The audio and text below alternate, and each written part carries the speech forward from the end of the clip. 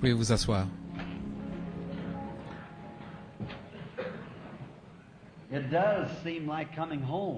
Ça me semble comme arriver chez moi, revenir et entendre votre pasteur parler des choses merveilleuses que le Seigneur a accomplies ici dans cette église depuis ma dernière visite. Il a déclaré qu'il avait pratiquement un réveil continuel du déversement du Saint-Esprit. N'est-ce pas merveilleux d'être parfaitement à l'heure de Dieu au bon moment? Ça nous fait quelque chose. Eh bien, nous en avons eu un au tabernacle. Je vous en ai parlé, nous avons eu une série de sujets traitant des 7 derniers âges de l'Église. Et oh là là, lorsque j'ai terminé dimanche dernier avec le chapitre 4 de l'Apocalypse, j'avais environ 350 ou 400 personnes dans mon assemblée. Et alors que je parlais, j'avais appelé la ligne de prière en parlant de la réflexion de la gloire de la Shekinah sur les étoiles et sur la mer de verre où les sacrifices étaient lavés, vous savez, ce qui représente les pécheurs, l'eau de séparation.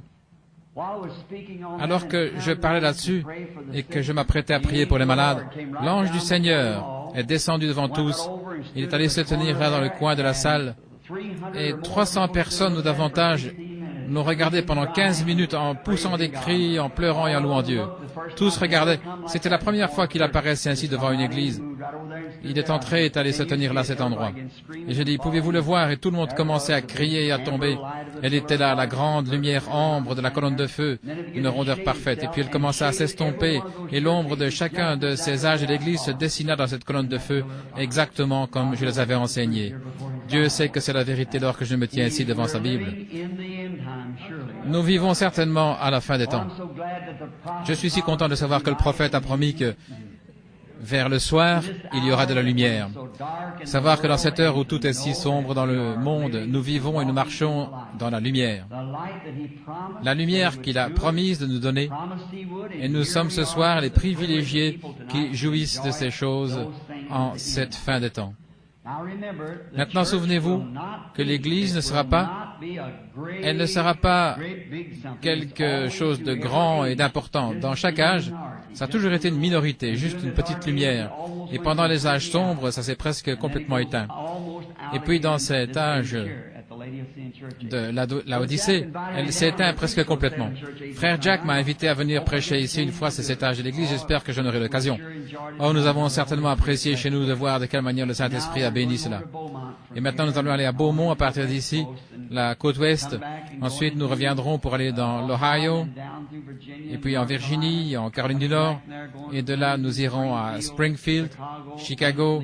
Ensuite, nous irons dans le nord de la Colombie-Britannique, à Fort St. John et Grande Prairie, Dawson Creek, à travers cette région. Et j'espère être de retour ici en juin, Dieu voulant. Ça fait 6 mois.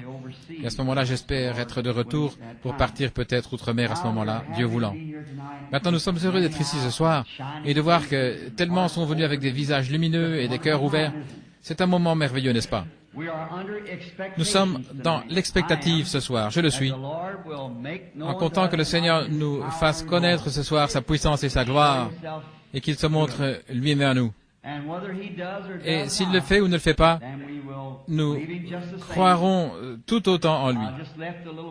Je viens de quitter une petite dame ici qui vient d'Allemagne. Elle a perdu un bébé il y a quelques semaines et elle était là en Californie. Ils ont amené le petit bébé qui était mort un matin vers les 3 ou 4 heures. Les parents avaient roulé toute la journée et c'était environ 3, 4 ou 5 heures, 6 heures l'après-midi. Et la mère était assise sur le siège arrière de la voiture tenant dans les bras cette petite chose froide, petite forme froide. Et quand ils sont arrivés à San Bernardino, ils ont amené le petit bébé vers moi là où j'étais. Et j'ai dit, depuis combien de temps le bébé est-il mort? Et elle a dit, depuis tôt ce matin. Et j'ai pris cette petite forme froide qui était déjà raide. Et alors ces gens se tenaient tout autour. En le tenant dans mes bras, j'ai commencé à prier notre précieux Seigneur. Et j'ai senti le bébé se réchauffer. Je le tenais toujours et après quelques minutes, il a commencé à donner des coups de pied et à pleurer. Et je l'ai rendu alors à sa mère. Ainsi, voyez-vous, nous ne faisons pas savoir ces choses-là, voyez-vous. La raison, c'est qu'il y a trop d'éclat aujourd'hui, trop de glamour. Nous essayons d'avoir quelque chose de grand pour faire de la publicité. Non, ça ne doit pas servir à cela. Le monde ne le recevra pas de toute manière. Ça s'adresse à l'Église, c'est pour l'Église, le peuple de Dieu. ces grandes choses prestigieuses ne marchent pas dans le royaume de Dieu. Les gens seront surpris lorsqu'ils découvriront qui sont les croyants et qui ne le sont pas.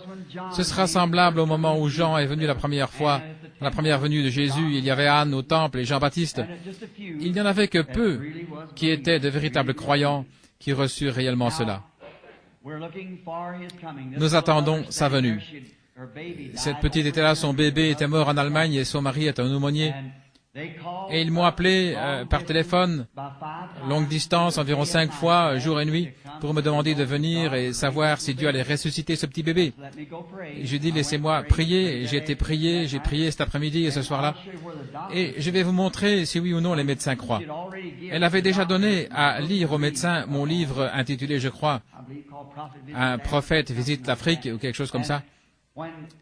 Et elle a dit, Dieu va ressusciter le bébé. La petite maman disait, Dieu va ressusciter le bébé. Et le bébé était mort avant qu'il s'en rende compte, depuis 4 à 5 heures. Donc ils transmirent la nouvelle au père à la base où il se trouvait et le bébé était mort dans la nuit. Ainsi, le médecin a déclaré, très bien, eh bien, voilà ce que je vais faire, je vais me glisser là et rebrancher l'oxygène. Et il laissa ce bébé-là durant 2 jours avec l'oxygène branché en attendant. Quant à moi, j'étais en train de prier. Ils allaient m'emmener là-bas en avion et je pouvais partir d'ici avec un avion à réaction de l'armée pour aller en Allemagne et être de retour le même jour. Un matin, vers le point du jour, je me levais tandis que ma femme sortait de la chambre. Je venais de me réveiller et j'étais encore étendu quand j'entendis quelque chose entrer dans la chambre. Je regardais. Il y avait quelque chose qui se déplaçait dans la chambre. Je sautais sur mes pieds et je dis, « Seigneur, que veux-tu faire connaître à ton serviteur ?» Et il me dit, « Ne réprimande pas cela, c'est la main du Seigneur, voyez-vous. » Je l'ai appelé donc et je lui ai dit, « Non, Dieu a repris votre bébé. » Alors elle est venue me voir l'autre soir et elle m'a dit, Frère Branham, qu'est-ce que c'était? Est-ce que c'était la faiblesse de ma foi? J'ai dit, vous avez une grande foi. Vous avez prié pour votre bébé, vous et votre mari. Vous êtes cramponné à cela en disant, Dieu ressuscitera le bébé. Et il a refusé de le faire parce qu'il sait ce qui est mieux et malgré cela vous l'aimez. Ça, c'est une foi véritable. Lorsque les montagnes sont déplacées, n'importe qui peut avoir la foi. Mais laissez une fois cela aller en arrière et voyez comment cela marche. C'est là que vous prouvez si oui ou non vous avez de la foi. Et chaque fils qui vient à Dieu doit être châtié et éprouvé par Dieu. Souvenez-vous que nos épreuves produisent la patience et que la patience produit l'espoir et ainsi de suite. C'est pourquoi nous nous cramponnons à Dieu et qu'il nous bénisse ou non.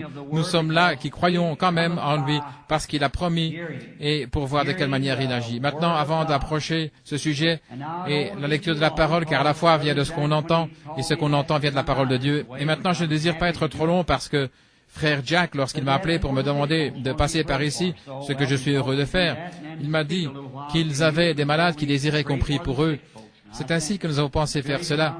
Vous parlez un moment avant de prier pour les malades. J'ai envoyé Billy ce soir et il m'a dit qu'il avait distribué des cartes de prière. Il y a vraiment la foule. Mais nous pouvons appeler des cartes de prière et si nous ne le faisons pas, c'est que ce n'est pas nécessaire. Ainsi, avant de nous approcher de sa parole, approchons Dieu un moment dans la prière. Y aurait-il quelqu'un qui aimerait qu'on se souvienne de lui dans la prière? Que Dieu vous bénisse. Que Dieu exauce vos prières, il connaît vos besoins. Maintenant, avec vos têtes inclinées, je me demande s'il y a un pécheur, homme ou femme, garçon ou fille, qui dirait « Souvenez-vous de moi, frère Branham, ce soir, devant Dieu, tandis que vous priez. Voulez-vous lever la main? Que Dieu vous bénisse, Dieu vous bénisse. Que Dieu vous bénisse. » Il y en a beaucoup dans toute la salle. Environ 10 à 15 mains se sont levées de pécheurs. Il y en a qui sont sans la lumière de Dieu dans leur âme par le Saint-Esprit. Voudriez-vous aussi lever la main en disant « Souvenez-vous de moi, frère Branham, que Dieu vous bénisse. » Oh, je vois des mains partout. Notre Père Céleste, nous approchons ton trône de grâce et de miséricorde. Nous venons humblement au nom de Jésus parce que nous sommes sûrs qu'il va nous entendre. Car il a déclaré, si vous demandez quelque chose au Père en mon nom, je le ferai. Ainsi nous savons que cette promesse est vraie. Peu importe combien notre incrédulité lui fait obstacle, elle est pourtant vraie. C'est pourquoi nous croyons ce soir, avec tout ce qui est en nous, que tu nous entends. Nous croyons que tu es ici et que tu vas exaucer nos prières, spécialement pour ces pécheurs qui ont levé la main. Puisse-t-il voir la lumière de Dieu ce soir? Puisse cet autel les trouver prosternés et implorant la miséricorde pour leur âme pécheresse. Accorde le Seigneur. Je prie pour ceux qui n'ont pas le Saint-Esprit dans leur vie pour les guider. Puisse Dieu venir dans cette tour de contrôle ce soir et en prendre possession. puis guider leur vie dans cette heure sombre, alors que le temps arrive où les nations ne savent pas que faire. Mais tu es le chemin, la vérité et la vie. Nous sommes si heureux de t'avoir rencontré il y a des années, si cher à nos cœurs. Tu es un secours qui ne manque jamais dans la détresse. Je prie pour que chacun d'eux soit rempli du Saint-Esprit ce soir. Bénis les malades et les affligés qui sont dans la salle et hors du bâtiment, en convalescence et où qu'ils soient. Nous te prions d'être miséricordieux envers eux, Père. Maintenant, nous te demandons de bénir l'Église, de continuer à la bénir. Nous voulons te remercier pour ce que tu fais pour ce corps local ici de croyants, ces gens saints et pieux qui craignent ton nom, Seigneur, et croient que tu viendras un jour pour nous recevoir. Quoique nous dormions dans la poussière, ce ne sera pas un obstacle, car la trompette de Dieu sonnera et les morts en Christ ressusciteront premièrement. Nous partirons de toute manière. La mort ne peut pas nous arrêter, rien ne peut nous arrêter, ne peut nous empêcher de le rencontrer. Oh Dieu, nous sommes si contents que le sang de Jésus est appliqué à notre âme et que son esprit demeure en nous. Nous te prions maintenant de faire de chacun de nous des citoyens du royaume. Oh Dieu, guéris les malades et les affligés et reçois-en la gloire. Et alors que nous approchons ta parole maintenant pour y trouver un message à apporter à cette assemblée, dans l'attente, certains attendant d'être bénis, certains attendant d'être remplis, d'autres d'être guéris, d'être sauvés, que le Saint-Esprit nous serve tous, Seigneur, selon nos besoins. Et mon besoin profond, c'est toi, Seigneur. Viens et parle, ô Dieu, et que le Saint-Esprit se meuve au-dessus de la parole comme il se déplaçait au commencement au-dessus des eaux, et qu'il dise que la lumière soit alors que la parole sort, car nous le demandons dans le nom de Jésus. Amen.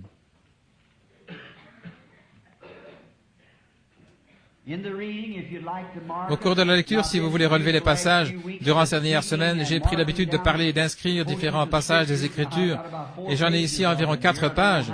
Je ne sais pas comment j'arriverai à toutes les prendre.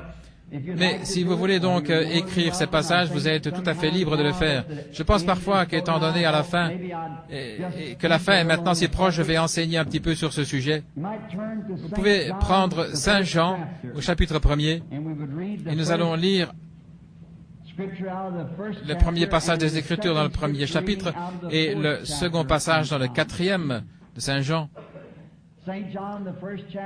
Saint Jean 1, verset 43, et puis au chapitre 4, nous lirons les versets 24, 25, 26. Chapitre 1er, verset 40. André, frère de Simon-Pierre, était l'un des 2 qui avaient entendu les paroles de Jean et qui avaient suivi Jésus. Ce fut lui qui rencontra le premier son frère Simon et lui dit « Nous avons trouvé le Messie », ce qui interprété signifie Christ. Et il le conduisit vers Jésus, et Jésus, l'ayant regardé, lui dit « Tu es Simon, fils de Jonas. Tu seras appelé Céphas », ce qui par interprétation est une pierre. Et au verset 24 du chapitre 4, nous lisons ceci. Dieu est un esprit et il faut que ceux qui l'adorent l'adorent en esprit et en vérité.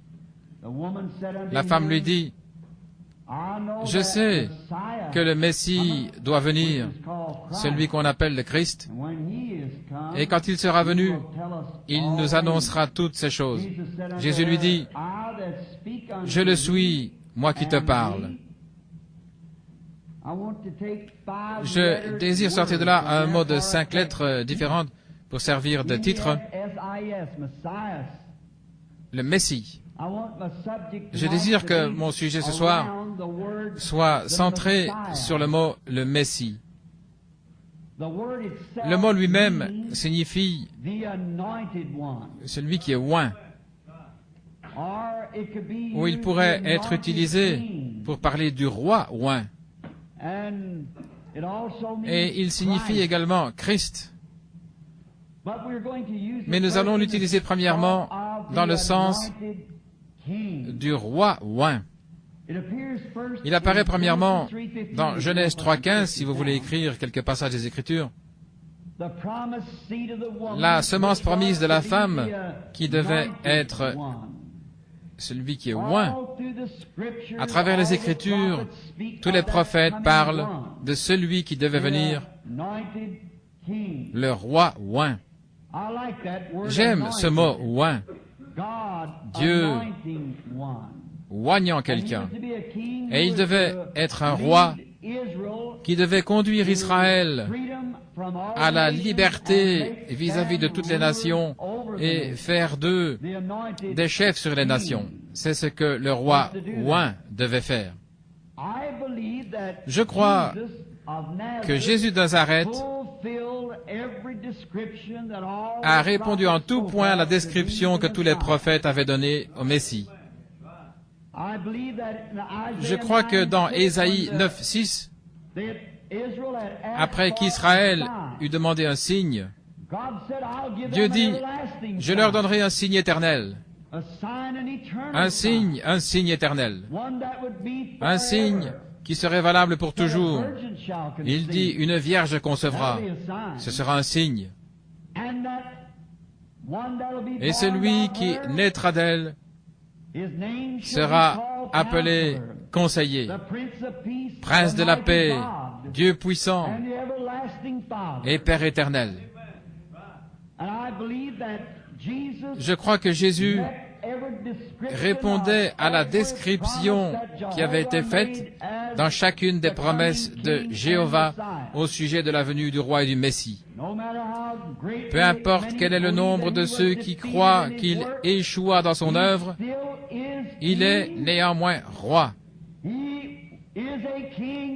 Il est un roi maintenant, il est le roi des saints.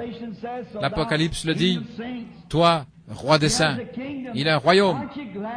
N'êtes-vous pas content ce soir d'appartenir à cet empire, l'empire du oint? Non seulement cela, mais il nous a fait rois et sacrificateurs pour Dieu, des oints pour Dieu. Bien que Jésus ait rempli toutes ces qualifications, et les Juifs avaient lu ces promesses durant des années, comment fut-il possible que cela passe à côté d'eux sans qu'ils le voient?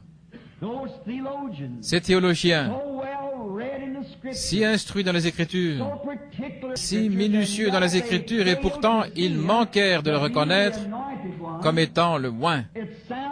Il semble que ça n'aurait pas pu arriver. Il semble qu'ils auraient dû le reconnaître, étant si versés là-dedans. Mais Dieu les a aveuglés.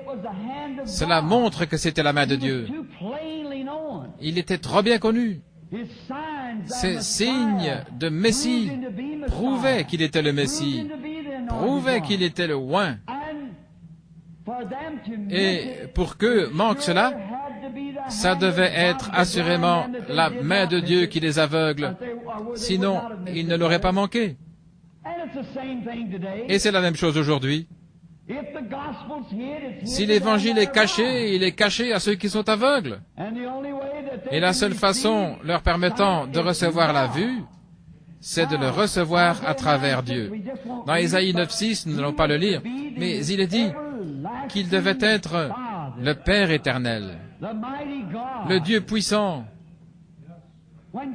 Lorsque Dieu fit l'homme dans Genèse 1:26, cela montre, si vous écrivez cette écriture, c'est Genèse 1:26, cela montre qu'avant tout, Dieu a fait l'homme pour être un Dieu. L'homme fut créé pour être un Dieu inférieur. Il fut fait à l'image et selon la ressemblance de Dieu. Il avait des mains comme Dieu, il avait des pieds comme Dieu, des yeux, des oreilles, une intelligence comme Dieu. Toute sa composition parce qu'il était un fils de Dieu. Et Jésus se référa à lui comme d'un Dieu. Jésus dit, « Comment pouvez-vous me condamner lorsque je dis que je suis le Fils de Dieu? N'est-il pas écrit dans votre loi que vous êtes des dieux? Et si elle a appelé Dieu ceux à qui la parole de Dieu est adressée, comment pouvez-vous me condamner lorsque je dis que je suis le Fils de Dieu? » Il se référait aux prophètes, les oints inférieurs. Jésus était tellement oint qu'il était plus qu'un prophète. Jésus était tellement loin qu'il était la plénitude de la divinité corporellement. Il était Dieu. Les prophètes avaient le même genre d'onction, seulement dans une moindre mesure. Et dans Genèse 1, 26, lorsque Dieu fit l'homme, il fit de lui un Dieu parce qu'il lui a donné une domination. Il avait le gouvernement, il avait la puissance sur les oiseaux de l'air, sur le bétail, sur les vents, les vagues, les poissons de la mer, sur tout. Il avait la domination sur tout. Il était un gouverneur. Ouais, comme gouverneur. Parce qu'il était selon la ressemblance et à l'image de Dieu avec un domaine terrestre. C'est pourquoi la Bible dit que la terre attend, soupire, réclame à grands cris la manifestation des fils de Dieu. Le monde attend que l'homme revienne à sa juste condition. Il est fait à l'image et selon la ressemblance de Dieu. Lorsque Dieu l'a fait, il lui a donné de son esprit une partie de sa vie, et il est à la ressemblance et à l'image de Dieu. C'est pourquoi l'homme, dans son état naturel tel que nous sommes maintenant, vous pouvez voir qu'il est bien davantage qu'un animal, comme ils essaient de nous le faire croire. Parce que l'homme, dans son état déchu, bien qu'il soit un fils de Dieu déchu, peut néanmoins s'améliorer. Il a une intelligence. Il se construit une meilleure maison, de meilleures conditions de vie. Il améliore ses conditions de voyage. Il peut maintenant se propulser dans l'air à plus de 3000 km/h dans un avion à réaction ou une fusée. Il en est arrivé à un point où il peut presque faire le tour du monde en 24 heures en envoyant un satellite dans l'air au-dessus de la couche atmosphérique où l'air tourne, l'orbite du monde, et rester immobile et observer le monde passer en dessous de lui et faire le tour complet en 24 heures. Simplement en restant immobile à un endroit, s'élever dans l'air, rester là et ensuite redescendre et être de nouveau chez soi. Simplement se trouver au-dessus de la Terre, qui accomplit sa révolution à l'endroit où la Terre fait tourner son courant, faisant les vents, etc., le courant. Le monde tournant environ 4000 km à l'heure, non, je dirais plutôt à 1700 km à l'heure, il y a environ 40 000 km de circonférence, il accomplit une révolution chaque 24 heures, ce qui fait environ 1000. Et l'homme s'élève dans l'air et défie cela, il se tient en dessus de la gravitation et observe le monde passer en dessous de lui, il est brillant, intelligent. Et il est fait à l'image et selon la ressemblance de Dieu, et en lui se trouve la lumière. Par exemple, lorsqu'un homme reçoit le salut, la lumière qui entre en lui ressemble presque à ce petit bouton blanc sur ma chemise. C'est lorsque Dieu entre dans la partie intérieure d'un homme. Dans la partie... un homme est fait selon le modèle du tabernacle. Il a le parvis extérieur, puis le lieu saint, et ensuite le lieu très saint, la gloire de la Shekinah, à l'intérieur du voile. À la porte extérieure d'un homme se trouvent 5 sens qui contrôlent l'entrée de son corps. À l'intérieur, où se trouve son âme, ou plutôt l'âme est la nature de l'esprit qui se trouve à l'intérieur de son cœur, et cela produit son âme qui fait l'atmosphère autour de lui. Il a là également 5 entrées. Puis, à l'intérieur, il a seulement une seule porte, une entrée pour entrer dans la gloire de la Shekinah. Une porte par laquelle Dieu peut entrer en lui et prendre possession de la tour de contrôle, et c'est celle de la propre volonté. Si vous voulez ou non, c'est à vous de décider.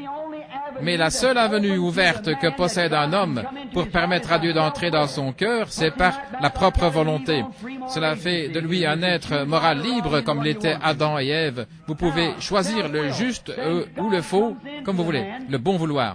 Et puis Dieu entre dans le cœur de l'homme, qui est l'esprit, et puis l'esprit fait l'âme, Et ensuite, l'âme habite dans le corps. Lorsqu'un homme est converti, cela commence dans son cœur comme ce petit bouton blanc. Cette partie de Dieu est Dieu. Lorsqu'il naît de nouveau de l'Esprit de Dieu, l'Esprit de Dieu demeure en lui.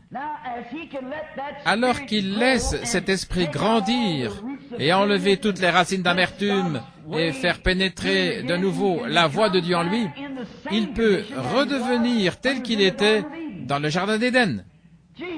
Jésus a dit dans Marc 11, 23, « Je vous le dis en vérité, si vous dites à cette montagne, ôte-toi de là, et si vous ne doutez pas dans votre cœur, mais croyez que ce que vous dites arrive, vous le verrez s'accomplir. » Cela le rend suprême à nouveau. Cela le place à nouveau dans cette même condition. Nous sommes formés de cellules lumineuses. En nous se trouve de la lumière cosmique. Or, cette lumière cosmique est la lumière qui leur permet de prendre des rayons X. Les rayons X ne viennent pas de la lumière de rayons X, il vient de votre propre lumière.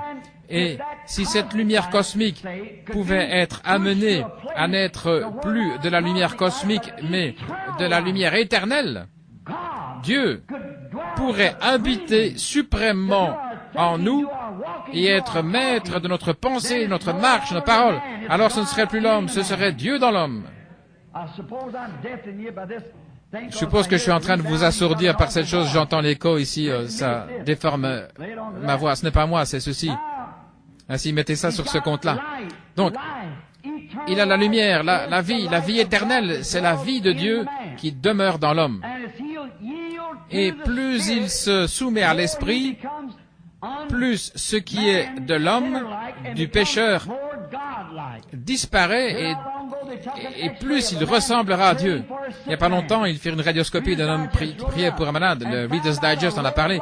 Et ils ont découvert un rayon de lumière venant de l'un des hommes, non pas de tous, mais les mains d'un des hommes réfléchissaient à un rayon de lumière lorsqu'ils placèrent une feuille de plomb sous la main de l'homme. Je pense que vous l'avez lu vous-même. Et en Angleterre, ils ont envoyé des guérisseurs, comme ils les appellent, dans tous les hôpitaux. Il y a 80% de plus de guérison au moyen de la guérison divine que par traitements médicaux. Le Reader's Digest l'a reporté ici, c'était dans le Newsweek, et le Reader's Digest l'a relevé. Essayez, ils ont découvert qu'il y avait un rayon de lumière. Lorsque cet homme plaça ses mains sur cette personne avec sincérité, ne sachant pas ce qu'il faisait, et qu'il pria avec ferveur, ils prirent une radio et ils découvrirent qu'une lumière sortait de ses mains. Dieu savait ce dont il parlait lorsqu'il dit « Imposez les mains aux malades, et ceux-ci seront guéris ». Il sait de quoi il parle. Oh, je désire voir l'Église en arriver au point où elle soit ce que Dieu veut, lorsque Dieu a été fait chair et qu'il est devenu le Messie. Alors, si nous pouvons nous soumettre pour être oints comme lui, nous devenons des messiettes, des petites lumières. C'est ce que l'Église est censée être, des lumières, des petits oints. Voilà ce qu'est l'Église de Dieu. Ces lumières manifestées sont la lumière du Messie, du Christ ressuscité dans son peuple. Les oints apportant sa lumière dans tous les âges de l'Église. Parfois, elle s'est éteinte presque complètement, puis elle revient. L'oint de Dieu, l'Église messianique de Dieu, si Messie signifie le oint et le roi, alors si l'Église est ointe par l'Esprit du Messie, elle devient un Messie inférieur, mais néanmoins un Messie, parce qu'elle a sa lumière, réfléchissant sa puissance, réfléchissant sa gloire, réfléchissant sa domination. Elle est donc un Messie. Oh, comme elle le reflète dans son royaume, dans son domaine. Le problème aujourd'hui, c'est que nous avons organisé l'Église à mort et que nous avons une organisation à la place de la lumière du Messie. Nous avons des lumières Russell, des lumières de prosélytes et toutes sortes de lumières, mais nous avons besoin de la lumière du Messie. C'est ce dont l'Église a besoin aujourd'hui, c'est d'une lumière du Messie. Oh, je l'aime pour sa bonté. Maintenant, c'est vrai, Dieu a appelé des Messies. Dieu nous a appelés et nous devenons rois et sacrificateurs pour Dieu. De même que Jésus était le souverain sacrificateur de Dieu, De même, nous devenons des sacrificateurs inférieurs. La plénitude de Dieu demeurait en Jésus pour faire briller l'expression de Dieu au monde, car Dieu était en Christ réconciliant le monde avec lui-même. Et de même que Dieu était en Christ réconciliant le monde avec lui-même, ainsi Dieu vient dans son Église et oint pour lui des messiettes. Oh là là! Pouvez-vous le voir? Les mêmes choses qu'il a faites sont dans son Église, la même puissance qu'il avait dans son Église, et son Église devient son domaine. Et il est roi sur ce domaine. Et nous sommes rois et sacrificateurs, offrant des sacrifices spirituels à Dieu, le fruit de nos lèvres donnant gloire à son nom. Amen. Oh là là. Vous y voilà. Des messiettes. Des messiettes.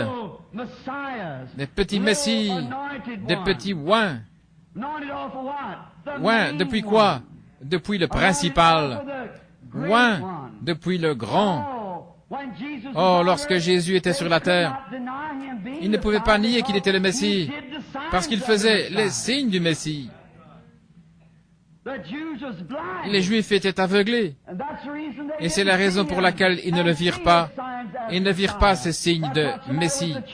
Et c'est le problème avec l'Église ce soir. Elle est aveuglée. Le monde au dehors. Ils ne peuvent pas voir cela, parce que le Dieu de cette terre les a rendus aveugles aux choses spirituelles. Oh, si nous pouvions seulement comprendre.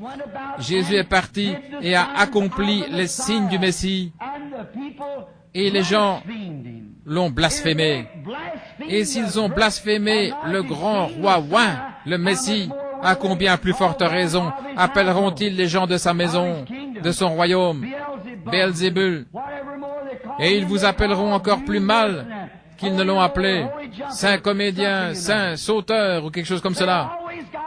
Ils ont toujours un mot méchant pour les désigner, parce que cela vient du diable. Et s'ils ont appelé les gens de sa maison, s'ils l'ont appelé ainsi, qu'appelleront-ils les gens de sa maison? Mais pourtant, cela reste pareil. Maintenant vous dites, frère Branham, Jésus avait le signe du Messie. Comment savons-nous ce qu'était ce signe? Eh bien, la Bible dit que lorsque le Messie viendrait, il serait un prophète et qu'il montrerait les signes d'un prophète. N'importe quel docteur des Écritures sait cela. Moïse dit, l'Éternel ton Dieu te suscitera un prophète comme moi. Lorsqu'il accomplit ces signes montrant qui il était, comme ici au chapitre 4, et qu'il dit à la femme qu'elle avait eu 5 maris, elle dit, « Seigneur, je perçois que tu es prophète. Nous savons que lorsque le Messie sera venu, il nous annoncera toutes choses. » Et Jésus lui dit, « Je le suis, moi qui te parle. » Elle courut dans la ville et dit à tous, « Venez voir un homme qui m'a dit, tout ce que j'ai fait, ne serait-ce pas le Messie ?» Jésus a dit lui-même, « Si je ne fais pas les œuvres de mon Père, alors ne me croyez pas. Si je prétends avoir l'onction et que je ne fais pas les œuvres de Dieu parce que je suis oint par lui, avec lui, ce n'est pas moi qui fais les œuvres, c'est le Père qui demeure en moi qui fait les œuvres. Et si je ne fais pas ces œuvres, alors ne me croyez pas. Mais si je les fais, croyez à ces œuvres. » Or c'était pour un Messie, pour un Messiette, l'Église. Voilà, ça vient. Êtes-vous prêts? Saint Jean 14, 12, Jésus a dit, celui qui croit en moi, les œuvres que j'ai faites, vous les ferez aussi. Un Messiette. C'est juste. Des Messiettes. La représentation du Messie. Encore sur la terre. Marc 16 dit, allez par tout le monde et prêchez l'Évangile. Ces signes suivront les Messiettes. Celui qui croira et sera baptisé sera sauvé, mais celui qui ne croira pas sera condamné. Et ces signes suivront ceux qui auront cru. Jusqu'où? Par tout le monde. À qui? À toute la création. Oh, je suis si content. Comment allez-vous retrancher cela? En disant que c'était seulement pour les disciples. Pour les disciples, il dit par tout le monde et à toute la création. Ces signes suivront ceux qui auront cru. Je me demande comment les gens qui ne croient pas aux signes miracles qui suivent les croyants pourraient lire l'histoire de l'Église puis penser que cela se termine avec les apôtres. Les âges de l'Église, j'ai lu les pères de Nicée, le concile de Nicée, tous les anciens écrivains auxquels je puisse penser. J'ai lu les 2 Babylones de Hislop et beaucoup d'autres livres anciens. Et jusqu'au temps de l'Église catholique primitive, pendant les premiers 600 ans après Christ, il y eut Irénée, Saint Martin, Colomba et tous ces hommes pieux qui prêchèrent le baptême au nom de Jésus-Christ. Ils prêchaient le baptême, la rémission des péchés. Ils prêchaient le parler en langue. Ils ressuscitaient les morts, guérissaient les malades, et des signes et miracles les suivaient. Ils les suivirent jusqu'aux âges sombres et à travers les âges sombres. Pendant tout le temps, une minorité qui gardait cette lumière de l'Évangile allumée. Qui était-ce? Des messiètes. Ceux qui gardaient la représentation du royaume du Messie. Jésus n'a jamais failli. Il fit exactement ce qu'il était censé faire, sa commission. Et il est venu établir un royaume et il l'a fait. Le royaume de Dieu entre dans le cœur par la puissance du Saint-Esprit. L'Esprit de Dieu vient sur une église ointe pour accomplir les mêmes signes et miracles que lui et prouver ainsi que le Messie est roi de son royaume. Amen. Oh, j'ai envie de crier un petit peu moi-même maintenant. Oh, quand il y a tellement de gens avec une carte tendue, venez vous joindre à nous, venez vous joindre à ceci, cela, nous avons la plus grande, nous avons ceci, nous avons la plus. Quelle différence cela fait-il? Tout cela est de la folie et périra. Mais le royaume de Dieu est établi dans le cœur et l'âme d'un homme par la révélation de Jésus-Christ. Et il dit, sur ce roc, je bâtirai mon église et les portes de l'enfer ne prévaudront pas. Sur cette révélation. Et pour avoir une révélation, vous devenez un croyant. Et vous croyez que ces signes suivront ceux qui auront cru. Voyez-vous ce qu'est le Messie? Le Messie est le royaume de Dieu. Les oints, ceux qui sont oints du même esprit que lui. Quelqu'un lui a dit un jour, « Mes fils seront-ils assis à ta droite et à ta gauche ?» Et il répondit, « Pouvez-vous boire la coupe que je dois boire et être baptisé du baptême dont moi je suis baptisé ?» Et elle a dit oui, et il a dit, « Vous le pourrez, mais pour ce qui est d'être assis à ma droite ou à ma gauche dans le royaume, ça ne dépend pas de moi. » Donc il a montré que nous pouvions boire la même coupe de persécution et être appelé Belzébul ou autre chose, et être encore baptisé du même esprit que lui. Dont il fut appelé le Messie, ce qu'il était, parce qu'il était oint par ce Saint-Esprit. N'importe quelle église qui est ointe du même Saint-Esprit est une messiette, un Dieu plus petit. Et un jour, lorsque ce corps sera ressuscité, j'espère qu'avant ce moment-là, Dieu pourra trouver des gens qui manifesteront sa puissance dans toute l'ampleur attendue.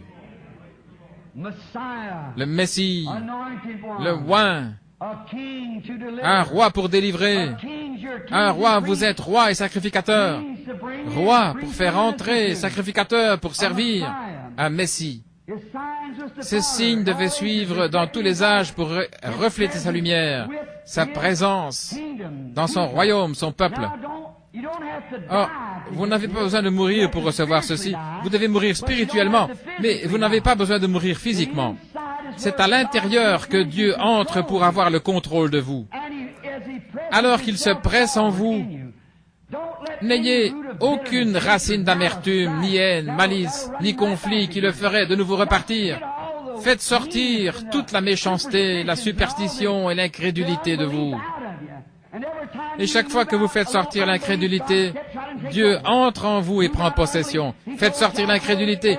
Il a dit à Josué, « Tout lieu que foulera la plante de votre pied, je vous le donne. » Et ce soir, alors que nous entrons dans le royaume de Dieu, faisons sortir tous les Philistins incroyants, tous les Amoréens et les Amalécites et les autres. Jetons-les dehors de nous comme cela. Nous prenons possession. Amen. J'aime ça. Le temps des miracles est passé. Toi, Amoréen, sors de moi. J'ai posé l'empreinte de mon pied. J'ai pris possession. Le fait d'avoir des visions, ça n'existe pas. Sors d'ici, toi, Amalécite. J'arrive. Vous y êtes. Vous faites sortir cela de ce petit bouton. Cela prend possession de votre être. Cela s'étend. Dieu agissant à travers vous, en vous, autour de vous. Ce n'est pas étonnant qu'Élie étendit son corps sur ce bébé mort et qu'il est revenu à la vie. C'était Dieu dans cet homme. Dieu avait pris possession. Il était oint. Jésus l'a dit. Chaque prophète de Dieu dans l'Ancien Testament était oint du Saint-Esprit. Il l'était. Alors ils étaient des plus petites lumières. Il était la plénitude de Dieu en étant le Messie. Ils étaient alors des messiettes, des messies plus petits, car ils étaient oints du même esprit que lui. Seulement lui l'avait dans la plénitude. Et chaque homme aujourd'hui qui a reçu le véritable baptême du Saint-Esprit est oint du même esprit que Jésus de Nazareth, qui s'en allait faisant du bien et guérissant les malades. Oh là là, ça me fait sentir bien de savoir qu'il vit aujourd'hui. Il y a quelque chose dans l'homme. Il est un Dieu. Il fut fait pour être un Dieu. Son but ici sur la terre était d'être un Dieu pour avoir la domination sur tout ce qui s'y trouve. Oh là là. Maintenant, ne laissez pas cela vous étonner parce que j'ai encore d'autres écritures. Un soir dernièrement, j'ai vu dans une émission de télévision un homme avec une foi psychique, mentale, poser un verre d'eau sur quelque chose, puis se tenir en retrait et se concentrer jusqu'à ce que le verre d'eau éclate, simplement par la concentration, en observant le verre d'eau. Le verre a craqué et l'eau s'est répandue, simplement par une pure concentration mentale. Pourquoi cela? C'est sa nature, sa composition. S'il peut faire cela, s'il a une puissance en lui qui, par la pensée, peut briser un verre d'eau, bien qu'il soit un pécheur, cela montre qu'il y avait quelque chose qui fut placé dans cet homme. Il est dans une condition pervertie et déchue. Mais si cet homme pouvait seulement revenir à Dieu et laisser Dieu entrer en lui, libérant ainsi la puissance du royaume de Dieu. Il n'avait pas de fil conducteur, il était comme un fusil de chasse, il a simplement tiré dans toutes les directions. Mais si l'esprit qui est dans un homme peut être converti et que vous y mettiez Christ, de telle manière qu'il y ait un conducteur est un fil qui conduit cela. Amen. Et que cet homme ait la même foi dans le conducteur de la parole de Dieu, il peut ressusciter les morts, purifier les lépreux, chasser les démons. Amen. Il est façonné comme un Dieu, il ressemble à Dieu. Assurément, c'est la raison pour laquelle Dieu était homme et l'homme était Dieu. Et l'homme est son rejeton et Dieu essaye seulement de pouvoir s'emparer d'hommes. Il essaie de mettre des hommes dans sa main. Maintenant, il y a des conducteurs. Or, ce n'est pas toute la théologie qui se trouve être le genre de conducteur correct.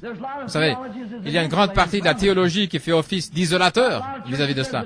Il y a beaucoup d'églises qui disent le temps des miracles est passé, la guérison n'existe pas, seuls les démons parlent en langue. Eh bien, ça c'est un isolateur. Vous ne voulez pas quelque chose comme ça.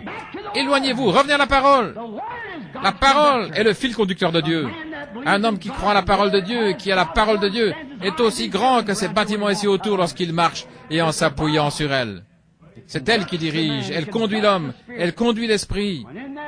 Lorsqu'elle s'y trouve, un homme est fait pour avoir une grande foi. Qu'est-ce qu'il fait? J'ai prêché ici dans ce tabernacle il y a quelque temps sur avoir soif de la vie. Qu'est-ce qui pousse une femme à partir danser le rock'n'roll? Qu'est-ce qui pousse un garçon, un adolescent à faire cela? Et pas seulement eux, mais grand-papa et grand-mère. Pourquoi le font-ils? Qu'est-ce qui les pousse à aller? Pourquoi les gens veulent-ils agir de cette façon? C'est parce qu'ils ont été faits pour avoir soif de quelque chose. Et ils ont été faits pour avoir soif de Dieu. Et ils essayent de faire taire cette sainte soif en laissant le diable la remplacer par ce qu'ils appellent les plaisirs. Jamais, jamais, vous ne la satisferez tant que Dieu ne vient pas prendre le contrôle. Vous pouvez danser, vous pouvez boire, vous pouvez commettre adultère, vous pouvez faire tout ce que vous voulez, et vous vous réveillerez avec un mal de tête et un jour en enfer. Mais la raison pour laquelle vous faites cela, c'est parce que vous avez été fait à l'image de Dieu, pour avoir soif de Dieu. Dieu veut entrer là-dedans. Dieu veut laisser sa parole entrer en vous et l'utiliser comme conducteur. Dieu l'a dit. Comme pour Abraham. Dieu dit, tu vas avoir un bébé. Comment sais-tu que tu vas l'avoir? Dieu l'a dit. Tu as 100 ans, comment peux-tu l'avoir? Dieu l'a dit. Il était oint. Amen. Il était oint. Et il avait la parole. Et la parole était ointe en lui. C'était le conducteur pour le conduire jusqu'au bébé. Amen. N'importe quel homme ou n'importe quelle femme ce soir qui prendra la même parole de Dieu, par sa meurtrissure, nous sommes guéris, et qu'il laissera l'onction, le Messie, venir sur vous. Eh bien, ce conducteur vous conduira directement à la guérison. Il vous conduira au salut. Oh, comme j'aime cela. Voilà ce qu'il fera. Parce que vous avez été fait pour avoir soif. Vous avez été fait pour Dieu et le diable essaie de pervertir cela, de vous faire croire que vous avez du plaisir là dans le monde. Il vous aveugle, comme il l'a fait pour les Juifs, jusqu'au moment où vous traversez la ligne de séparation. Alors c'en est fini de vous. Et c'est presque là, cette nation aujourd'hui, et non seulement celle-ci, mais les autres nations également. Le monde ne le croira pas. La Bible dit, dans 2 Timothée 3, que dans les derniers jours, les gens seraient emportés, enflés d'orgueil, aimant le plaisir plus que Dieu, déloyaux, calomniateurs, intempérants, ennemis de ceux, des messiettes, emportés, enflés d'orgueil, aimant le plaisir plus que Dieu, ayant l'apparence de la piété. Ne recherchez jamais ce type élevé d'évangélisme pour faire quelque chose. Ce n'est pas la façon d'agir de Dieu. Il est venu chez les siens, et les siens ne l'ont pas reçu. Voyez. Il était petit. Il a vécu là en Palestine toute sa vie. Je dirais que 80% des gens ne surent jamais qu'il était là. Mais il était envoyé à l'église. Il était envoyé aux gens qu'il allait recevoir. Il connaissait les siens, et les siens le connaissaient. Mes brebis connaissent ma voix. Ne laissez pas passer cela au-dessus de vous, Shreveport, je vous en prie, gardez-le. Mes brebis connaissent ma voix par ma parole, et si elle est enseignée, mais ne déclare pas les mêmes choses que j'ai faites, alors c'est le mauvais conducteur. Nous savons cela. Et maintenant, nous pouvons dire que dans un homme, l'homme, qu'est-ce qu'il est? Il a une main comme Dieu. Il a des yeux comme Dieu. Il a des oreilles comme Dieu. Il a un corps comme Dieu. Il fut formé à l'image de Dieu. Il reçut la terre et un empire, une domination. Il fut Dieu sur la terre, pour gouverner la terre, un Dieu inférieur. Dieu gouverne l'univers, tout ce qu'il y a. Mais l'homme reçut la terre pour gouverner la terre. Il était un messiette. Tout ce qu'il est ce soir, s'il retourne à Dieu, il est un messiette, un petit messie. Si messie signifie oint, et que vous êtes oint, alors qu'est-ce que vous êtes? Exactement, un messiette. Nous l'appelons ainsi, voyez-vous, jusqu'à ce que nous soyons arrivés un peu plus loin dans les Écritures. Très bien. Avez-vous déjà pensé à ceci? Laissez-moi simplement vous demander quelque chose. Regardez-moi. Voici ma main. C'est mon doigt. Voici mon oreille. Voici mon nez. Mais qui suis-je, moi? Ceci n'est pas moi. C'est quelque chose qui m'appartient. Oui? C'est ma main. Mais qui suis-je qui possède cette main? Oui. Ceci n'est qu'une maison dans laquelle je vis. Il doit y avoir quelque chose là-dedans qui soit moi. Moi doit être quelque part. Parce que ceci m'appartient. Vous le voyez? Moi, c'est quelqu'un. Parce que je possède quelque chose. J'ai une main, elle est à moi. Eh bien, qui suis-je à qui cela appartient? C'est votre esprit. Eh bien, ça dépend de quelle sorte d'esprit il s'agit. Vous êtes l'esclave de celui à qui vous livrez vos membres. Et maintenant, si vous pouvez briser un verre d'eau, parce que vous avez une télépathie, une conception mentale et une certaine puissance que vous pouvez manifester en étant un être humain, une puissance mentale qui est invisible et inconnue seulement à travers ce cycle, si vous pouvez faire éclater un verre d'eau avec ce genre d'esprit qui est un esprit humain perverti et réprouvé, parce que vous avez été fait à l'image de Dieu, que pouvez-vous faire lorsque vous laissez le Dieu qui vous a formé venir en vous et prendre le contrôle de vous? Amen. Vous pouvez faire que chaque promesse de Dieu s'accomplisse. Oui, monsieur. Chaque promesse que Dieu a faite s'accomplira. Très bien. Le don de Dieu, c'est sa parole. Dieu a promis, il a fait un don, envoyé un don, vous le prenez, puis avec sa parole, voilà votre conducteur. Avec un don de Dieu, si Dieu vous a donné le don du Saint-Esprit, croyez-vous? Eh bien, la parole de Dieu est le conducteur permettant d'utiliser cette puissance. Tout ce que le Saint-Esprit vous a promis, c'est ce que vous pouvez faire. Vous voyez, c'est la chose qui libère la parole. La parole sort et le Saint-Esprit la suit. Partout où la parole est prêchée, vous voyez votre pasteur la prêcher, puis tout à coup, whoosh, le Saint-Esprit passe dans la salle. Voyez-vous, c'est vrai, c'est le conducteur de la parole. La parole est le conducteur de l'Esprit. Parce que lorsque la parole est prêchée, l'Esprit la suit.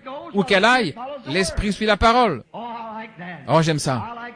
J'aime un sain enseignement biblique et la Bible, le Saint-Esprit venant confirmer l'enseignement biblique. Si le Saint-Esprit ne le confirme pas, c'est que vous avez croisé vos fils, vous avez une mise à la terre quelque part. Oui, monsieur. Si vous pouvez raccorder cette parole à la dynamo, cette grande chose qui produit la plénitude du courant, va enflammer ce fil, c'est vrai. Et elle fera des choses pour vous. Lorsque Jean-Baptiste est venu, il était une partie de la parole, il était comme un messiette, il était ordonné de Dieu par la parole, il était un don de Dieu qui est venu dans le monde, le croyez-vous? Ésaïe 40 dit qu'il était une voix de celui qui crie dans le désert. Et lorsqu'il est venu, il a pris sa position pour crier dans le désert. Il était parfaitement intrépide avec cela. Amen. Oui, monsieur. Maintenant, frère, regardez comme il était grand.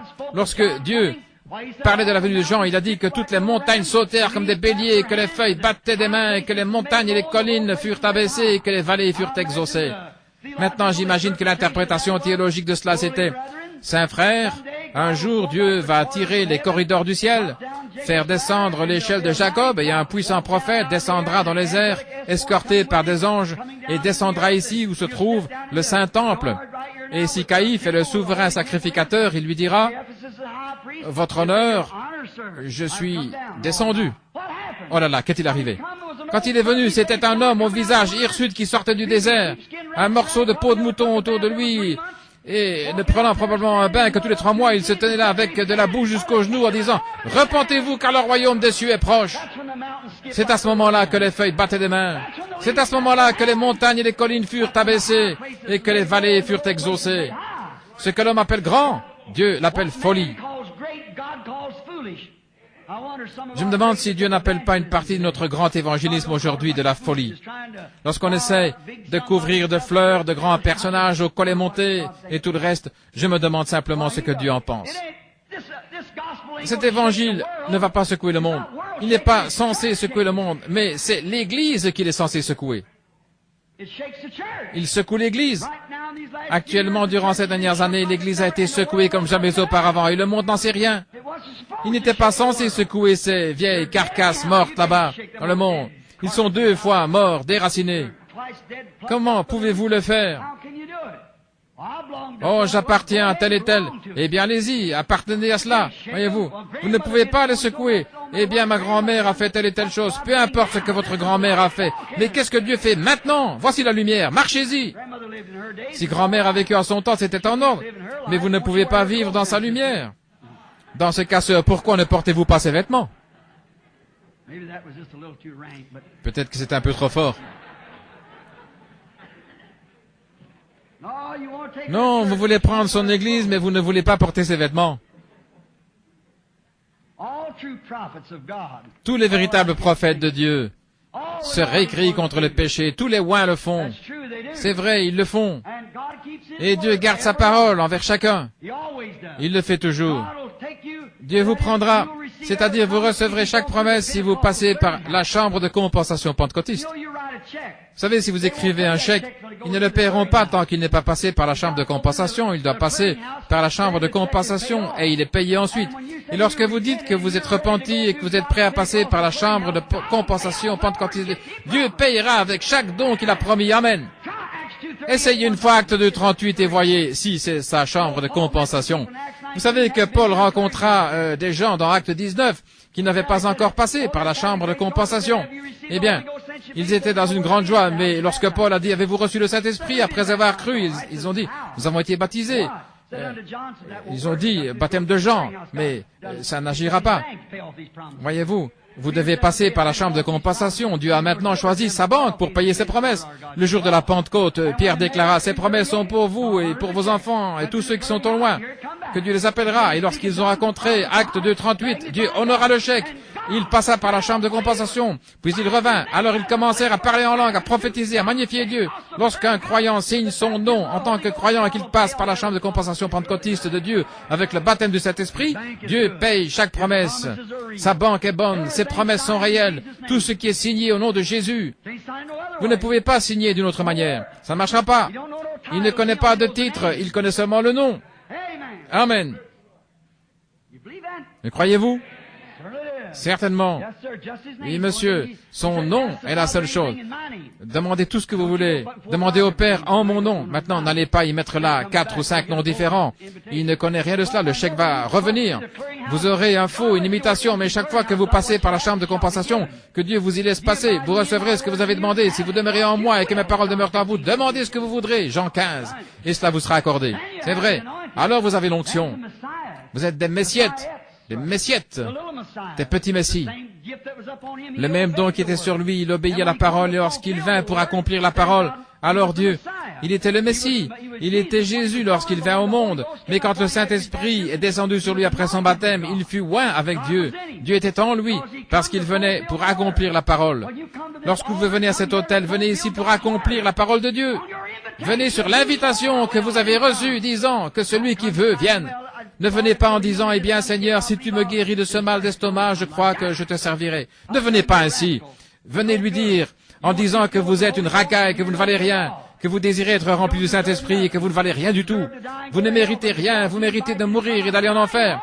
Mais parce qu'il vous a invité à venir, dites Seigneur, je viens. Je n'apporte rien dans mes bras, je n'apporte rien, je m'accroche simplement à ta croix. Vous y êtes. Il va honorer cela alors. Il y a un bassin plein d'eau à l'étage là. Et voyez s'il ne prend pas soin de sa parole. Il le fait toujours lorsque ça passe par sa chambre de compensation. Lorsqu'un homme dit qu'il croit Jésus et qu'il accepte comme son sauveur personnel, Dieu lui donne un chèque. Et tout ce qu'il va demander au bas du chèque, il vous suffit de signer le nom de Jésus. N'en mettez pas un autre parce que ça ne marchera pas. Voyez, vous devez passer par la véritable chambre de compensation pentecôtiste. Et quand c'est le cas, votre chèque est reconnu et les promesses de Dieu sont toujours payées. Chacun de ces messiettes reçoit la contre-valeur en retour. Nous vivons dans les derniers jours, depuis le dernier âge, l'âge de la Odyssée. C'est un des âges les plus sombres depuis les âges sombres. C'est actuellement un âge plus hypocrite qu'alors. Il n'avait pas de lumière du tout, mais le crépuscule est une heure trompeuse. Chacun sait qu'en voyage, vous avez intérêt à ralentir un petit peu lorsque vient le crépuscule, n'est-ce pas vrai? Nous devons avoir un messager dans le crépuscule, le saviez-vous? Dieu l'a promis dans l'âge de la Odyssée. L'autre jour, dans la montagne, je lisais dans les Écritures. Le Saint-Esprit me dit d'aller vers un certain arbre, puis rester là car il voulait me parler. Je suis resté là une demi-heure sans qu'il me dise rien. Je me suis étendu sous ce chêne et j'ai dit, Seigneur, tu m'as parlé environ 1,5 kilomètre, disant de venir sur la montagne ici dans cette vallée, comme je l'appelle, et que tu me parlerais. Alors, il m'a montré Malachie, chapitre 4. Et je dis, car voici le jour vient ardent comme une fournaise et tous les hautains seront embrasés. Si vous voulez écrire, c'est Malachie 4. Il embrasera les hautains et les justes fouleront les méchants et ils seront comme la cendre sous la plante de leurs pieds. Et il dit, voici, je vous enverrai Élie le prophète avant que le jour de l'Éternel arrive. Ce jour grand et redoutable, il ramènera le cœur des pères à leurs enfants et le cœur des enfants à leurs pères. Et je dis, c'est juste, je crois cela. Jésus dit, lorsque les disciples lui posèrent une question à ce sujet, les disciples lui dirent, pourquoi donc les scribes, lorsqu'ils se réclamaient être le Messie, pourquoi disent-ils que Élie doit venir premièrement? Jésus a dit, il est déjà venu et vous ne l'avez pas reconnu. Ils comprirent alors qu'il leur parlait de Jean-Baptiste. Combien ont entendu parler de ça? Vous lisez tous la Bible, Jean-Baptiste. Mais souvenez-vous qu'il n'était pas l'Élie des derniers jours dont il a parlé parce que le monde n'a pas brûlé et le millénium commençait. Regardez les Écritures, soyez attentifs maintenant. Ouvrez vos Bibles à Malachie 4, une minute. Regardez. Je ne savais pas auparavant. Je n'essaie jamais d'apporter quelque chose tant que le Saint-Esprit ne l'a pas révélé. Regardez Malachie 4. Je vous enverrai Élie le prophète avant que le jour de l'Éternel arrive, ce jour grand et redoutable où il brûlera la terre. Et il ramènera le cœur des pères à leurs enfants et le cœur des enfants à leurs pères. Regardez. La première fois qu'Élie est venu, il a ramené le cœur des pères, des vieux patriarches, ces vieux juifs, voyez, à la fois des enfants qui venaient de le recevoir, croyant qu'il était le Messie qui devait venir. Ramener le cœur des pères à leurs enfants et une conjonction reliant les deux phrases, lorsqu'il viendra la deuxième fois, le cœur des enfants à leur père pentecôtiste. Alléluia, vous y êtes. Ainsi, comment la lumière du soir peut-elle être autre chose qu'un retour aux actes? C'est vrai. Et il a dit que cela arriverait avant que la terre soit brûlée comme dans une fournaise et que les justes marchent sur les cendres des méchants. Oh frère, nous attendons la venue d'une lumière. Elle est ici et souvenez-vous, quand cet Élie viendra, je vais vous le décrire un peu. Lorsqu'Élie viendra, ce sera le messager à l'âge de l'église de Laodicée. Nous voyons qu'Élie vient avant. Souvenez-vous qu'Élie fut celui qui fut enlevé sur un char sans jamais goûter à la mort. Et le message de ce grand messager qui viendra à la fin, dans l'âge de l'église de Laodicée, sera celui qui amènera l'église à l'enlèvement, exactement. Il fut lui-même enlevé et il viendra avec l'église à l'enlèvement. Et souvenez-vous, je vais vous donner la description de cet homme. Ce sera un misogyne. Certainement, regardez Élie et Jézabel. Regardez Jean et Hérodias. Oui. D'autre part, il sera fermement contre les dénominations. Regardez Élie. Regardez Jean, ne prétendez pas dire en vous-même, nous avons Abraham pour père, car de ces pierres, Dieu peut susciter des enfants à Abraham. Il haïra les dénominations, il haïra les femmes immorales. Ce sera un homme de la nature, vivant dans la nature, qui viendra avec son message. Et il ramènera le cœur des gens. Oh, il y a eu une centaine d'Élie qui ont surgi dans le monde, disant qu'ils sont Élie, l'Élie du jour. Mais Élie retournera à l'église pentecôtiste originelle d'Éphèse. Et il apportera ce même message aux gens avec les signes du Messie. La Bible le dit. Il dit le jour viendra qui ne sera ni jour ni nuit, mais vers le soir la lumière paraîtra. Est-ce vrai? Maintenant regardez. Le soleil se lève à l'est. Or, vous dites, ça a été un jour. Nous sommes les enfants du jour de l'Évangile. Cela a été un jour de ténèbres pour les enfants. L'étoile du matin salue simplement la venue. Puis vice-versa de ce que c'est littéralement, parce que l'étoile de matin qui s'est levée là-bas, il y a une étoile du matin qui salue la venue du soleil et une autre qui salue le coucher du soleil. Le soleil naturel qui partait lorsque cette étoile salua sa venue, et l'évangile commençait simplement. Nous sommes les enfants de la lumière, mais le monde est dans les ténèbres maintenant. L'Église a passé par l'âge le plus sombre, elle a passé par les âges sombres, mais l'étoile du soir est celle qui salue la lumière. L'étoile du soir est celle qui salue la lumière pour l'Église. L'Église a vécu en étant une minorité, juste un petit groupe. Mais finalement, le jour viendra où cette trompette de Dieu sonnera et un jour éternel se lèvera. Le point du jour arrive, et ce glorieux Esprit de Dieu qui viendra sur quelqu'un en ces derniers jours, qui proclamera ce message, ramènera le cœur des enfants au Père pentecôtiste. Et comment le livre des Actes a-t-il été écrit? Commencez à le lire. Regardez comment nous l'avons contaminé avec toutes sortes de choses stupides. Mais un jour, quelqu'un va venir, une lumière avant la fin, cette porte ouverte qui est placée devant l'Église. Observez, voyez si ça n'arrive pas un de ces jours. Dieu enverra Élie. Aussi sûr que je me tiens à cette chair, il l'enverra. Et cet Élie va secouer les gens et les ramener directement à la doctrine pentecôtiste originelle. Maintenant, commencez à la Pentecôte et voyez comment c'était. Voyez ce qu'ils ont fait. Voyez si ce sera le fait de se serrer la main.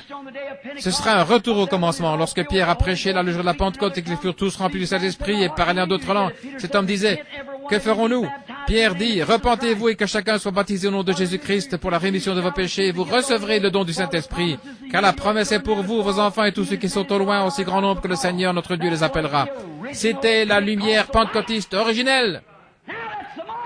C'est l'étoile du matin, et l'étoile du soir doit refléter la même lumière. Il sera une voix qui crie dans le désert pour annoncer la venue du Messie. Il montrera également les signes du Messie qui doit venir. Il sera un prophète de Dieu, un grand homme, et quand il viendra, observez ce qu'il fera. La Bible dit qu'il fera ceci. De même, avant la venue de ce jour, le temps doit venir dans l'Église pour accomplir ce que Jésus a dit. Ce qui arriva du temps de Sodome arrivera de même à l'avènement du Fils de l'homme. Le monde est dans une condition sodomite. Nous le savons tous. N'est-ce pas vrai, Église? Le monde est dans une condition sodomite. Maintenant, regardez. Quel genre de message Sodome a-t-elle reçu? Ils eurent un Billy Graham moderne qui est allé là et a prêché aux intellectuels. Juste quelques-uns sortirent. Ils étaient dans la disgrâce et ils ont amené le déshonneur. La femme s'est transformée en une colonne de sel pour avoir regardé en arrière. Maintenant, regardez. Un ange s'est tenu à l'écart avec Abraham.